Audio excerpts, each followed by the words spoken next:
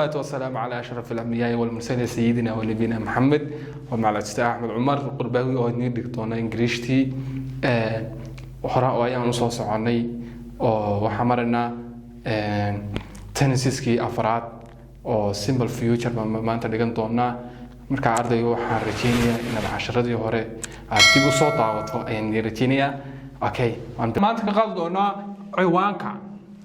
casharkeena maanta waxa weeye tenniskii afraad baan horta marna tenniska afraad kuwii hore uu ka yara fududii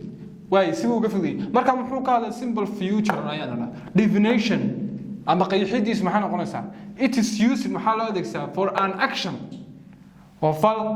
which will happen in the future wax soo socda ayuu sheegaa I will become the president madaxweynaha noqonaya in the future mustaqbaliyan future mustaqbalka I will play football tomorrow بريتو أنا عياري طونا كبدة okay but this tennis is different in last tenses he has simple definition he has simple form he has well an example is a new example is okay let's start form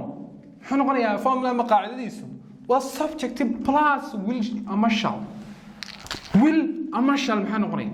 ووحي شيء مستقبليا أبا هاد wax soo socda aynu sheegin infinity of verb one plus objective oo mafcuul kiya question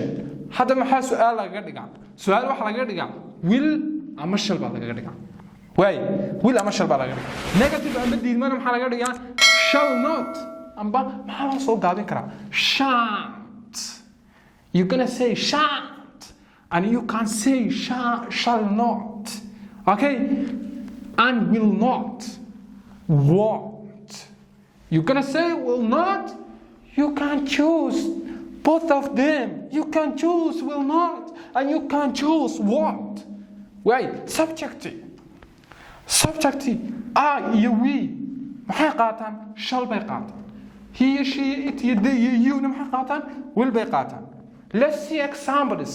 han eegno tusaalayaashiisa I shall do my work waan qaban doonaa shaqadayda future bay sheegaysaa goorma qabanaysaa hadhow ma qaban doonaa amba sanadka dambe qaban doonaa future bay noo sheegaysaa we will take our book buugteena waan qaadan doonaa bay ku jirta wax walba doonaa oo sheegaysa future way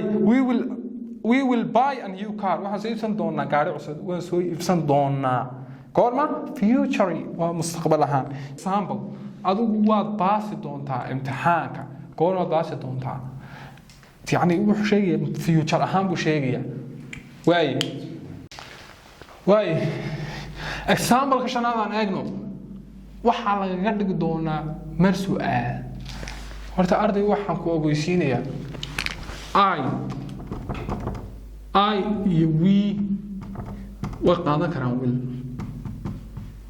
shalna way qaadan karaan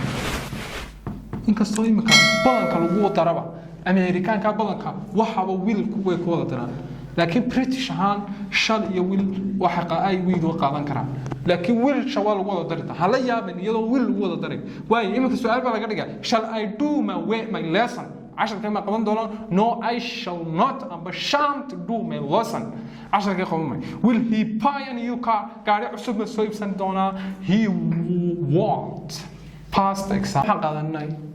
عشر آديات فوت وعشر كأفرادها تنس كأفرادها مركز تنس كان أفراد محوك شاكية وح مستقبليا دعاية يوك شاكية فهم كيسا مقاييس محمقونية وسبجكت يولوجي will أما shall will أما shallنا وحي أوكيريهن simple future وكالية infinitive وقدك كوبادة بلا subject question محا سؤال غيرها لابد أن سؤال غيرها will يشبه غيرها negative محا ديدنا غيرها shall not and shan't in pronunciation when you pronunciation you're gonna say shan't will not won't objective I will shall qatan